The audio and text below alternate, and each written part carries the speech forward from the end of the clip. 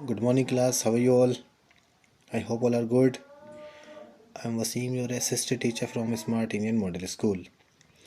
So, students, as you know, I was explaining about this chapter.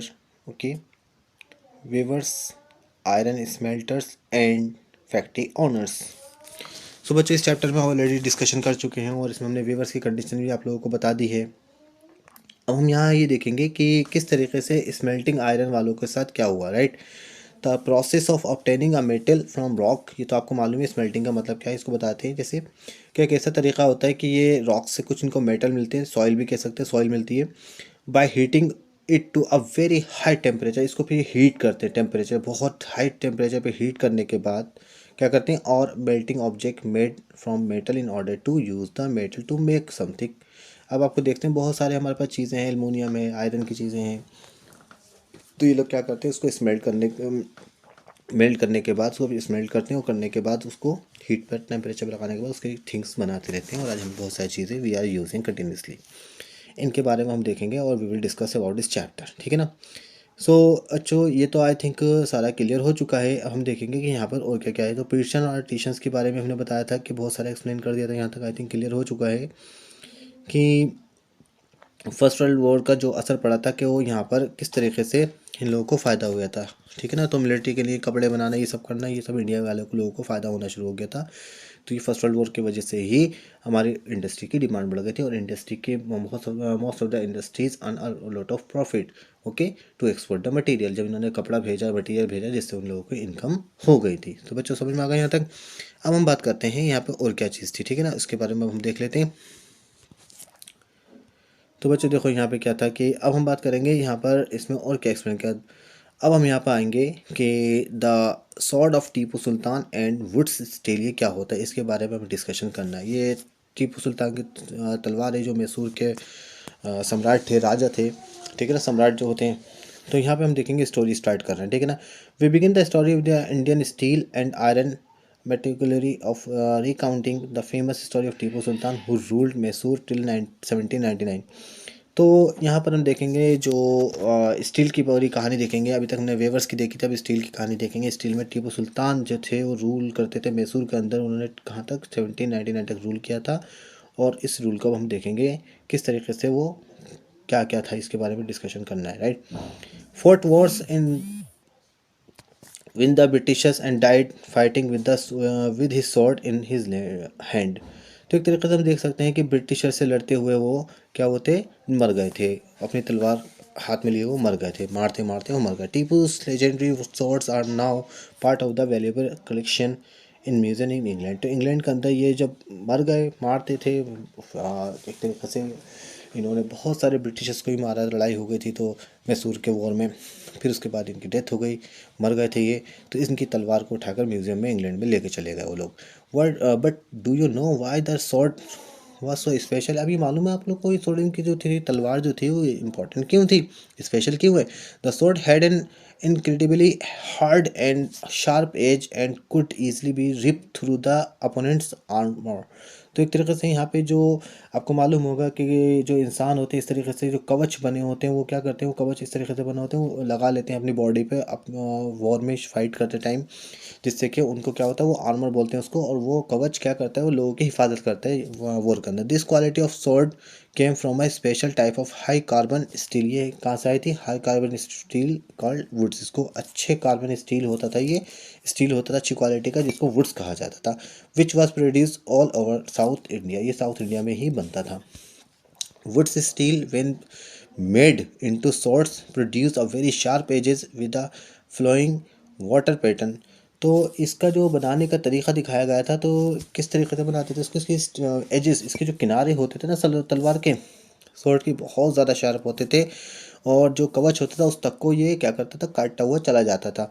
और body उसके जो opponents होते थे, अपोनेंट्स मतलब विरोधी जिनसे वो फाइट कर रहा है, टीपू सुल्तान लड़ रहे थे, उनके सीने में जाके लग जाती थी, वो मार दिया करते थे। तो ये बनती काय से थी, इसके बारे में डिस्कशन यहाँ किया गया है, ठीक है ना। तो ये कार्बन जो होता है क्रिस्टल, इसकी बात करेंगे। और इसमें embodied in the iron, iron वगैरह। तो इसको बनाते कैसे थे, ये एक तरीका था इनका बनाने का, इसके बारे में हम डिस्कशन यहाँ करेंगे, ठीक है ना। चलो आगे देख लेते हैं।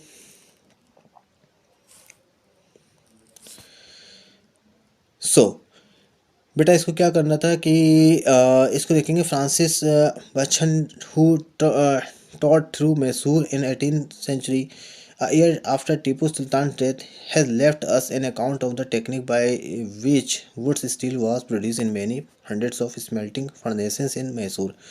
तो यहाँ पर ये एक फ्रांसिस से इन्होंने देखा, चेक किया, और चेक करने के बाद इन्होंने टीपू सुल्तान की डेथ के बाद चेक किया कि किस तरीके से इसको बनाया जाता था। उन्होंने जो ब्रिटिशर्स थे ये चेक किया, और चेक करने के बाद उन्होंने देखा यहाँ पे ये जो वुड्स जो स्टील था ये कैसे बनाया जाता था। उन्होंने चेक किया किस तरीके से स्मेल्ट करते थे, काफ़ी साल लगे इसको समझने में। जो फर्नेसेस होती है ना, भट्टियाँ जिनको बोलते हैं, इन मैसूर के अंदर चेक किया तो in these furnaces iron was make with charcoal. तो इसमें यह देखा उन्होंने बना कैसे, तो उन्होंने आयरन को चारकोल से मिला करके काय में and put inside small clay, मिट्टी मिट्टी के जैसे पॉट होते ना, ये इस तरीके से ये पॉट वगैरह बना दिए जाते। तो इसके अंदर ही क्या करते थे, आयरन, और इसके अंदर क्या रखते थे, आयरन के साथ चारकोल रख मिला करके रख दिया ऑक्सीजन के अंदर, तो जिससे कि वो बहुत ज़्यादा अच्छी बन जाती थी मिट्टी के बर्तनों में। Through an intricate control of the temperature, the smelter produced steel ingots that were used for sword making not just in India but in West and Central Asia too। ये देखा जा सकता है कि जब इन्होंने क्या करा, आयरन के साथ चारकोल मिलाया और उस मिट्टी के बर्तन के अंदर रखे तो वो हवा के कांटेक्ट में आए, क्योंकि एयर ऑक्सीजन भी ज़रूरी होती है। आने के बाद उससे क्या हुआ कि उससे भी सिंपल सा ये हुआ कि वो बनने के बाद, और वो बहुत स्ट्रॉन्ग, बहुत अच्छी स्वॉर्ड बन के उससे आती थी, तर हथियार वगैरह बनाए जाते थे। तो इंडिया नहीं, वेस्ट एशिया, सेंट्रल एशिया में भी इसका यूज़ किया जाता था। तो बच्चों यहाँ तक समझ में आ गया। हम आगे देखेंगे कि woods is an Anglicist.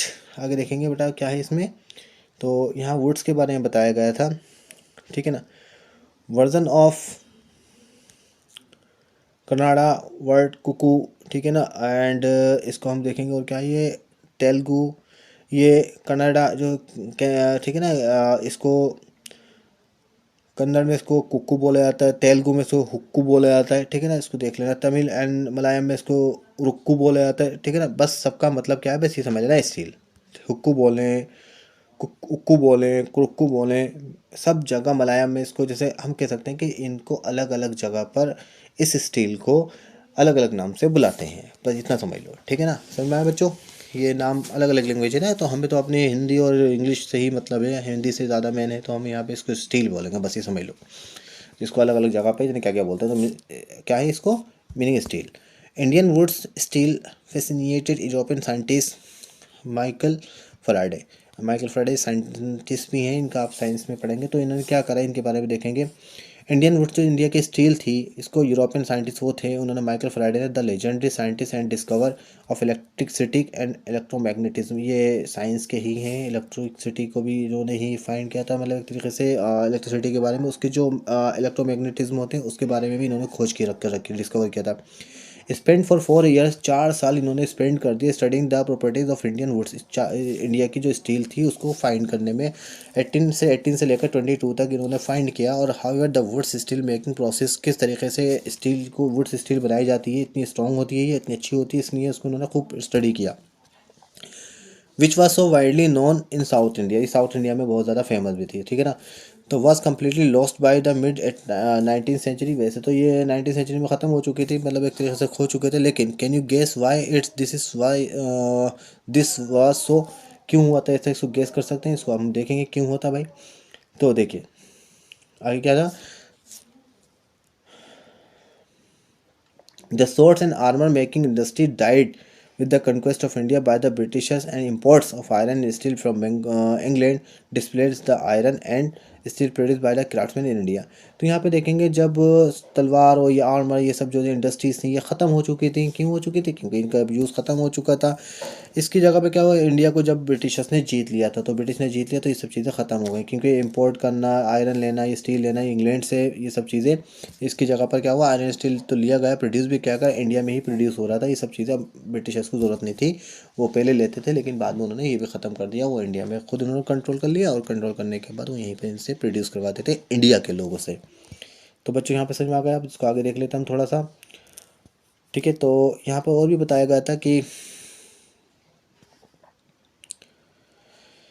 Abundant furnace in village. अब किस तरीके से गाँवों के अंदर कुछ भट्टियाँ होती हैं, किस तरीके से बनाया जाता था। तो production of wood steel required a highly specialised technique of refining iron. तो एक तरीके से इसको बनाने का तरीका जो है बहुत ज़्यादा, जैसे हमने वीवर्स का बताया था, बहुत ज़्यादा स्किल्स होते थे और वो बहुत ज़्यादा अच्छी तरीके से कॉटन को बनाते थे। इस तरीके से यहाँ पर हम देखेंगे किस तरीके से वो रिफाइनरी में बनाया करते थे, तो इसको आप अच्छे से समझेंगे। तो but iron smelting in India was extremely common till the end of the 19th century. 19th century तक तो बच्चों हम देख सकते हैं कि स्टील को बनाना बहुत कॉमन सी बात है। In Bihar, central India in particular every district and had smelter that used local deposit of ore to produce iron, which was widely used for the manufacture of implements and tools of daily use। तो ये 19th century तो आसानी से बहुत सारी चीज़ें बनाते थे, स्मेल्टर से तो ये काम करते रहते थे, उनके लिए बहुत आसान था। क्यों? क्योंकि वो आयरन और जो कच्चा लोहा होता है उसको लाते थे और लाने के बाद उसको मैन्युफैक्चर करते थे, टूल्स बनाते थे और आज डेली यूज़ भी बनती है चीज़ें। The furnaces were most often built of अकेले मिट्टी की ही भट्टियाँ बनाई जाती थी पहले, आज तो बहुत सारी चेंजेस हो गई हैं। सन ड्राइड ब्रिक्स, ठीक है ना। अ, तो ये देख रहे थे the smelting was done by men while women work the bellows. तो यहाँ पे देख सकते हैं जितना भी काम होता था स्मेल्टिंग का वो सब आदमी करते थे और उसके बाद जो वुमेन थी वो बेलोज में काम करती थी। बेलोज मतलब एक डिवाइस थी कि equipment date can be pump air, जहाँ पे एयर वगैरह उसमें लगाया जाता था।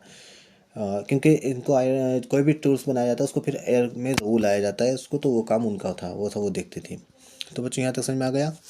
तो I hope everything is clear to all till here. यहाँ तक तो सारा समझ में आ गया होगा। इसको आप देख सकते हैं pumping air that kept the charcoal burning. यहाँ पर आप देख सकते हैं ये किस तरीके से इसको पंप कर रही है, ठीक है ना, पंपिंग एयर, इसको पंप कर रही है। तो बच्चों यहाँ तक समझ में आ गया बच्चों, कोई प्रॉब्लम? ये आप देख सकते हैं ये एक पिक्चर बनाई गई है इसमें, और इसमें किस तरीके से ये एक भट्टी है और ये वीमेन खड़ी हुई है, पंप कर रही है उसको। ये इसके अंदर क्या कर रहे हैं, मटेरियल को डाल के, और तलवार वगैरह और स्टील वगैरह बर्तन ये सब बैठे हुए हैं, काम कर रहे हैं और ये बना रहे हैं, right. So I hope everything is clear to all till here. इसके बाद हम डिस्कशन करेंगे नेक्स्ट पैराग्राफ में, ठीक है। देखो ये गाँव के बारे में दिया गया है, इसको आप पढ़िएगा अच्छे से। ओके बच्चों, चलिए बेटा, good bye, take care, stay safe.